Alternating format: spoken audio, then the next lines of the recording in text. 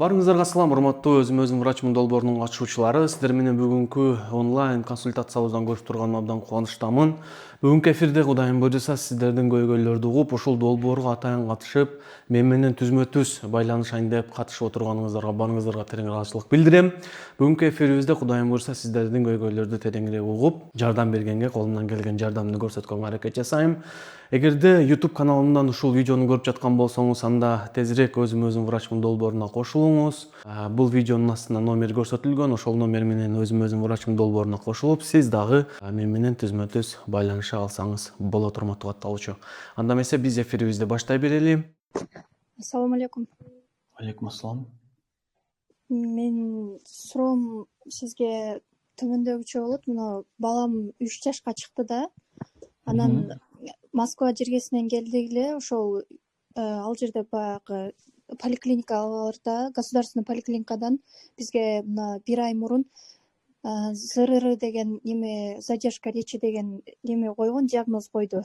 Невропатолог. Анан 3 жашка өзү негизи ал жерде ошол ар немеде ай сайын текшерип турат. Анан ошол 3 жашка чыкканга жакынкы убакыттагы общий текшергенде ошол невропатолог ошондой диагноз коюп, 3 жашка толук чыкканда алып келесиңер деген болчу. Анан биз шартка байланыштуу Кыргызстанга келип, анан могул жерде Ош жергесинде Нейролайф деген клиника бар экен. Ошол жерге невропатолог немеге запись жазылып койдук да. Анан башын текшерди, ЭГ дедиби, бирдемке деди, мен унутуп калдым. Ошонун башын тарттырып, уже даярдап койдук. Эртең барышыбыз керек да. Анан негизги маселе бул жерде мен балам мына акыркы 6 айда 3 жолу миндалиндери ишип кетип атат да. Тынбай миндалиндери ишип кетет. Ангина эмес, миндалин лорго тынбай алып барып аттык. Анан атит дагы болду, ошо тынбай эле ооруй бергенден анан акыркы жолу барганыбызда лор ушул 2 ай болуп калды. Айтты да, ушунун негизинде деле мындай кичине немеси бар, тиешеси бар, сүйлөп аткан немесине, ошого бир нормага алып келиш керек баланын состояниясыны депчи. Ошого биз эртең эгерде невропатологко барып, бизди логопедке же кандайдыр бирдемкелерге жазат, мындай направить эте турган болсо, биз ошол немеден кандайдыр бир немеге жетише алабызбы деп айтайын дедик эле, же болбосо миндалиндерин биринчи өзүнүн калыбына келтиришибиз керекпи сөзсүз. Андан кийин лечение башташыбыз керекпи? Биринчи сиздерге сунушум, лор системасындагы маселелерди чечиш керек. Биз кулак угуусун текшериш керек биринчи очередь. Текшердиңиз? Баары идеальный чыктыбы? Ооба, баары жакшы деди. Андан кийин аденоидитин дарылаш керек. Ооба, бул уже түстөн түз. Себеби мындай да, дыхание барбы? Адам дем алуу, бул сүйлөө үчүн биз дем жутуп, анан ошону абаны сыртка чыгарабыз да. Бул фактордо дем алуу системасынын орду өтө чоң да. Эгерде мисалы азыр миндалиналар шишип атса, может аденоидит дагы бар. Эндоскоп менен текшериш керек мунучу, обязательно. Текшерди, баардыгын текшерди. Аденоидит исключение кылдыбы? Жок, ал жок экен. Жөн эле миндалин мындай долго ооруган үчүн дейт, иммунитеттер слабый болуп кеткен үчүн кайра кайталанып атат. Бул жерде мына көрдүңүз, бул жерде сиз азыр ойлоп атасыз, ошол лор менен мен ошол миндалиналарды жакшыртып алам деп. Жок, лор всегда временный симптоматическое лечение гана жазып бере алат лор враччы. Жөн эле бензидамин, там миндалиналардын воспалениyaсын кетире турган антибиотик или что-то да. Бул жерде биздин вопрос неге такалыш керек? Эми дальнейший кайра миндалиналар шишибеш үчүн эмне кылабыз? Кантип иммундук системасын жакшырта алабыз? Неге мындай часто болуп атат? Көрдүңүзбү? Мына ушул нерсеге вопрос издеш керек. Көрдүңүзбү? Даже логопедтерге баруудан мурун дагы биринчи организмин күчтөндүрүш керек бул жерде. Анемия жокпу? Витаминдердин деңгээли кандай? Общий состояниясы кандай? Жаш образы кандай? Оозунун микрофлорасы, кам көрүү, гигиеналык норма баардыгын эске алыш керек. Анан ошол нерселерди нормага келтирип алып, анан кошумча терапияларды баштасаңыздар, бул баягы сүйлөбөгөн балдарга жакшы эффект берет да.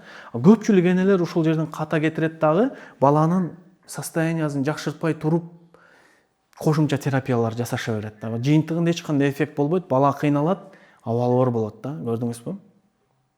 Ошондой. Анан бул жерде мына кайра баланын ангина боло бергени, кайра миндалина чоңое бергени, бул уже иммундук системанын начар иштеп атканынан кабар бериши мүмкүн. Нагрузка келип атканынан кабар берет, көрдүңүзбү? Ошон үчүн бул нерсени эң алгач ошол нерсени чечиш керек. Бүт ошол баланын миндалиналарын чоңойтуп аткан факторлор жок кылганга аракет кылыш керек. Баланы терең изилдөө керек. Андан кийин анан уже кошумча терапияларга логопедке, дефектолог, сенсорный интеграция, ABA терапевттерге, эрготерапевттерге уже өзүңүздөр ошол нерселерди үй шартында жасаганга аракет кылсаңыздар уже сүйлөө жакшырып кетет буюрса. Анан мына Бакта Близ деген эме порошокто жазды эле бизгечи. Ошону 2 айдан бери берип атабыз да. Мына лор антибиотик жазбады, бир дагы антибиотик жазбады. Ошол барганыбызда эле мына 3 степенге жете элек экен, удаление кылыштын кереги жок. Мына менен эле порошок менен түшсөңөр болот, жакшы карап. Если ушундай эле болбой атса, анан кийин кичине алып коебуз, бирок до конца албайбыз деп ошондой деген болчу да. Анан бул жака келип алып азыр эми кайсыл жакка кайрылыш биз биринчи ошондо витаминде эмелерин текшерип анализ тапшырышыбыз керек экен да. Биринчи бүт көрүш керек тамактарынан баардыгынчы. Бул миндалина эмнеге кантип чоңоюп атат, реальность, бета-стрип. Жана сиз айтып аткан бактериофаг ошол баягы бета-гемолитский стрептококку типа адаптацияны күчөтөт турган нерсе да, көрдүңүзбү? Мындайча айтканда типа как вакцина сыяктуу иштейт да, мындайча айткандачы, көрдүңүзбү? Анан кайра воспалениега учуратпаш үчүн. Бирок бул жерде эмнеге воспалениега учурап атат деген вопрос да. Биринчи көрүш керек бүт организмдин целын текшертиш керек биринчи очередтечи. Андан кийин уже лор көйгөйлөрүн чечип башташ керек. По ходу дарылаганчачы. Көрдүңүзбү? Анан бул нерселерди чечип алгандан кийин анан уже кошумча терапияларга киришсеңиздер болот да. Кошумча терапияларды жеңил ойлобоңуз. Бул да конкретный нагрузка балагачы. Күндө таш керек, бала күндө заниматься этет, күндө жасайт, жаңы нерселер, жаңы ыкмалар. Ушундай да, көрдүңүзбү? Ошого ушул нерселердин баарын эске алуу менен аракет жасай турган болсок, мына ошондо биздин кадамдар ийгиликтүү болот да. Ошондой болот. Рахмат чоң. Макул, жакшы туруңуз. Урматтуу катталуучулар, анда эмесе биздин эфирге бөлгөн убактыбыз дагы аягына келип жетти. Кудайым буйруса, кийинки онлайн консультациядан көрүшкөнчө амандыкта туруңуздар. Кимдин эгер суроосуна жооп берилбей калган болсо, ким жетишпей калган болсо, кийинкиде эртерээк кошулганга аракет кылыңыздар. Биз сиздерге кийинкиде сөз берип, сиздердин көйгөйлөрдү угууга жардам беребиз. Анда эмесе мен ойлойм, бүгүнкү эфир сиздер үчүн башкалардын деле суроолорунан өзүңүздөргө тийишелүү пайдалуу маалыматтарды ала алдыңыздар деген ишеничтемин. Барыңыздарга ийгилик жана ден соолук каалайм. Буйруса жакынкы күндөрү ден сау жашоо адамыбыз курсубуз бүткөндөн кийин дагы баланын иммунитетин жакшыртуучу витаминдер деген жаңы курсубуз чыгат. Андан кийин дагы пайдалуу сонун курстарды сиздерге тартууламакчымын. Барыңыздарга ийгилик жана ден соолук каалайм. Мен чыгарып аткан сабактардын баарын көрүңүздөр. Өзүм врачмын, долбооруна жакындарыңыздар чакырыңыздар. Алардын да медициналык сабаттуулугун жакшыртууга салым кошуңуздар. Ар бир адамдын медициналык сабаттуулугун жакшыруусу бул өлкөбүздөгү, улутубуздагы ден сактыкты камсыздоого эң негизги себеп болуп эсептелет. Барыңыздарга ден соолук жана ийгилик каалап, мен Бекжан Турабеков. Кийинки эфирлерден көрүшкөнчө амандыкта туруңуздар.